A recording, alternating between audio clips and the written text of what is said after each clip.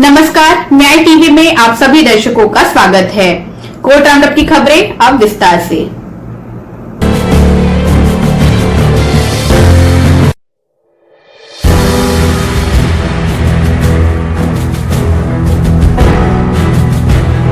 मुंबई के पूर्व पुलिस प्रमुख परमवीर सिंह ने सबूतों को नष्ट करने से पहले महाराष्ट्र सरकार के गृह मंत्री अनिल देशमुख के कथित भ्रष्ट व्यवहार की निष्पक्ष, सही, बिना दबाव, स्वतंत्र जांच की मांग करते हुए सुप्रीम कोर्ट का रुख किया है।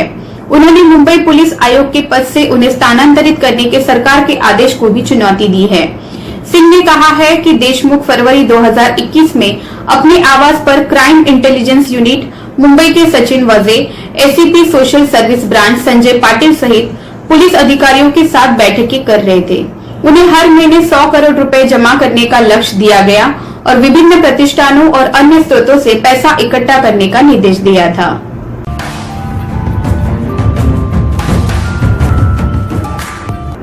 मुंबई पुलिस के पूर्व कमिश्नर परमवीर सिंह ने सोमवार को सुप्रीम कोर्ट में याचिका दायर करके अपने ट्रांसफर को चुनौती दी तो गृह मंत्री अनिल देशमुख के खिलाफ भ्रष्टाचार के आरोपों की सीबीआई जांच की मांग की।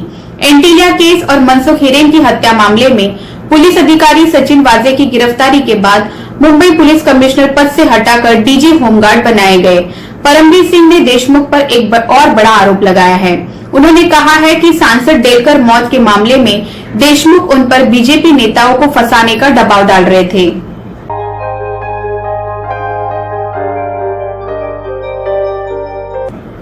सिंह ने आरोप लगाया है कि अनिल देशमुख विभिन्न जांचों में हस्तक्षेप कर रहे थे और पुलिस अधिकारियों को निर्देश दे रहे थे कि वो विशेष तरीके से उनके द्वारा वंचित तरीके से आचरण करें।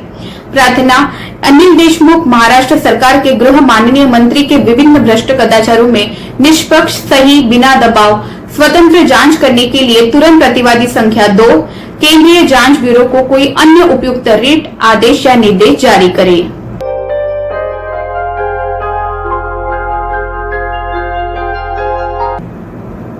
महाराष्ट्र आतंकवाद रोधी दस्ता एटीएस मनसुख हिरेन की कथित हत्या मामले में गिरफ्तार किए गए 2 आरोपियों को सोमवार को नजदीकी ठाणे जिले में स्थित मुमरा नहर में ले जाएगी। वहां 5 मार्च को हिरेन का शव मिला था। एक अधिकारी ने ये जानकारी दी। एटीएस ने हिरेन की कथित हत्या के मामले में निलंबित पुलिसकर्मी विनायक शिंदे और क्रिकेट सट्टेबाज नरेश गौड को शनिवार रात गिरफ्तार किया था। हिरेन उस कार का कथित मालिक था जो दक्षिण मुंबई में उद्योगपति मुकेश अंबानी के घर के निकट मिली थी। कार से जिलेटिन, विस्फोटक सामग्री की 20 छड़ें बरामद हुई थी। एटीएस के अनुसार राष्ट्रीय अन्वेषण अभिकरण एनआईए द्वारा गिरफ्तार किए गए मुंबई पुलिस के अधिकारी सचिन वाजे का नाम हिरेन की हत्या मामले में मुख्य आरोपी के रूप में सामने आया है।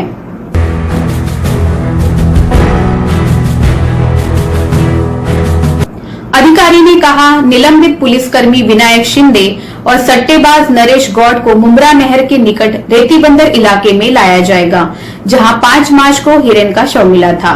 महाराष्ट्र एटीएस के महानिरीक्षक शिवदीप लांडे ने रविवार को फेसबुक पर लिखा था कि हिरेन की हत्या की गुत्थी सुलझा ली गई है। उन्होंने राष्ट्रध्वज को सलामी देते हुए अपनी एक तस्वीर भी साझा की थी। उन्होंने कहा था, इस मामले की निष्पक्ष जांच के लिए दिन रात काम करने वाले अपने सभी अधिकारियों को सलाम करता हूं। ये मेरे जीवन का एक बेहद चुनौतीपूर्ण मामला था।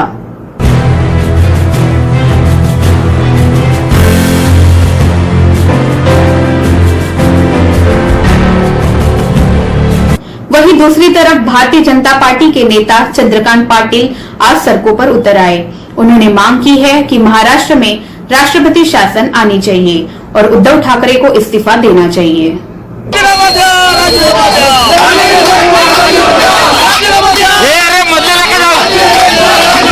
म्हटलं पाहिजे, महाराष्ट्राच्या विधानसभेमध्ये ज्या वेळेला विरोधी पक्षनेते देवेंद्रजी फडणवीस यांनी हा मुद्दा उपस्थित केला त्यावेळेला 9 वेळा सभागृह स्थगित झालं। आज परमवीर सिंगांच्या पत्रानंतर हे स्पष्ट होते की जवळजवळ गेले वर्षभर हा तमाशा चालला होता। अनिल देशमुख यांनी वाजेला अशा प्रकारची खंडणी वसूल करण्यासाठी आणलं होतं। त्या वाजेला 9 वेळेला सभागृह स्थगित झाल्यानंतर प्रोटेक्ट केलं गेलं। सभागृह त्या दिवशी स्थगित झालं. दुसऱ्या दिवशी सकाळी ज्यावेळेला विरोधकांचा एकूण नूर लक्षात आला की विरोधक सचिन वाझेच्या निलंबनाशिवाय स्वस्थ बसणार नाहीत, त्यावेळेला निलंबन तर दूर, फक्त त्यांच्याकडे चार्ज काढून घेतलं. याचा अर्थ अनिल देशमुख सभागृहामध्ये अनिल वाझेला जे प्रोटेक्ट करत होते त्याच्या मागे ते त्यांच्यासाठी कलेक्शन करत होते सिद्ध झाले आणि त्यामुळे अनिल देशमुख आरोपी आहेत आणि त्यामुळे केवळ त्यांचा राजीनामा नाही तर त्यांच्यावरची सुद्धा चौकशी सुरू केली पाहिजे. जर परमबीर सिंग खोटा म्हणत असतील तर त्याची शहानिशा केली पाहिजे. परमबीर सिंगांचं म्हणणं आहे की मी शरद पवारांना, अजित पवारांना, उद्धव ठाकरेंना याची जाणीव दिली होती, मग त्यांनी काय केलं? आणि त्यामुळे ठाकरे सरकार अशा प्रकारच्या सगळ्या गोष्टींचं संरक्षण करत आहे. त्यामुळे ठाकरे सरकारचा राजीनामा झाला पाहिजे. संपूर्ण महाराष्ट्र विकायला निघालेला आहे. कशा प्रकारे कलेक्शन करावं असं अनिल देशमुख मार्गदर्शन करत आहेत आणि त्यामुळे राष्ट्रपतींकडे याचा अहवाल गेला पाहिजे. अनिल देशमुख यांच्या राजीनाम्याशिवाय भारतीय जनता पार्टी स्वस्थ बसणार नाही.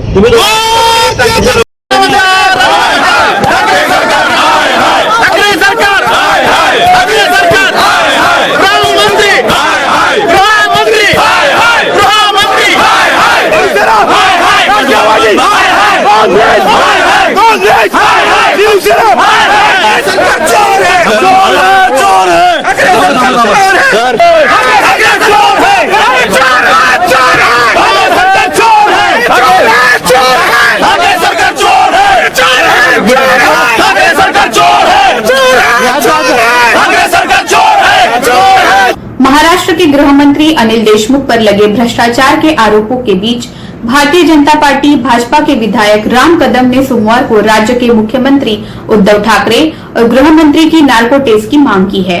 उन्होंने कहा है कि अगर दोनों झूठ नहीं बोल रहे हैं तो उन्हें नार्को टेस्ट के लिए जाना चाहिए. राज्य के मुखिया के तौर पे महाराष्ट्र के मुख्यमंत्री तथा गृह मंत्री स्वयं की नार्को टेस्ट कराते हुए तुरंत इस्तीफा दें. की कुणी अधिकारी पत्र दिलं आणि मंत्र्यांनी राजीनामा द्यायचा असं ठरवलं तर ते अवघड गोष्ट होणार आहे. असं याचं चुकीचं होऊन जाऊ शकतं. आणि जे उल्लेख आहे ते मी परमबीर सिंग यांनी कधी केले की ज्यावेळेस बदली झाली त्यानंतर.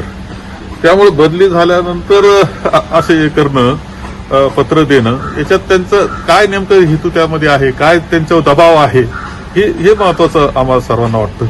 आणि डेलकर यांच्या बाबतीत एफआयआर करणं यात चूक काय हे आमच्या लक्षात येत नाही. आणि शेवटचा पॅराग्राफ त्यांच्या पत्रामध्ये डेलकरांचा आला, खरं त्यामध्ये चूक काय? जर घटना इथे घडलेली, जर त्यामध्ये काही नावं आहेत, घटना जिथे घडते तिथे एफआयआर होत असतो, तो एफआयआर करण्यामध्ये चूक काय हे आम्हाला तरी समजलं नाही. काल आमच्याशी दिल्लीतून आमचे प्रभारी आहेत HK पाटील यांनी चर्चा केलेली आहे. आमच्या भूमिका समजून घेण्याचा प्रयत्न केला, इन्सिडन्ट सगळे घटनाक्रम समजून घेण्याचा प्रयत्न हा केलेला आहे.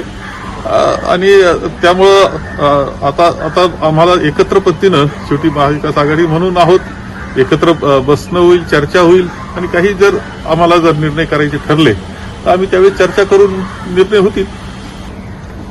काँग्रेसची भूमिका एका गोष्टीची बाबतीत आहे, काय सगळे इन्सिडन्स आहे याची काळजीपूर्वक चौकशी तर होईलच, होते आहे जे बाकी घडलेल्या याची.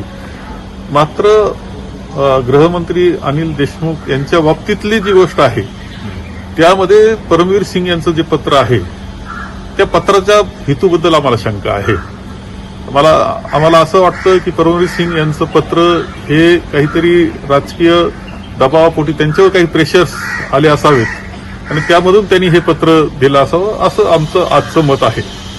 असं आहे की कुणी अधिकारी पत्र दिलं आणि मंत्र्यांनी राजीनामा द्यायचा असं ठरवलं तर ते अवघड गोष्ट होणार आहे.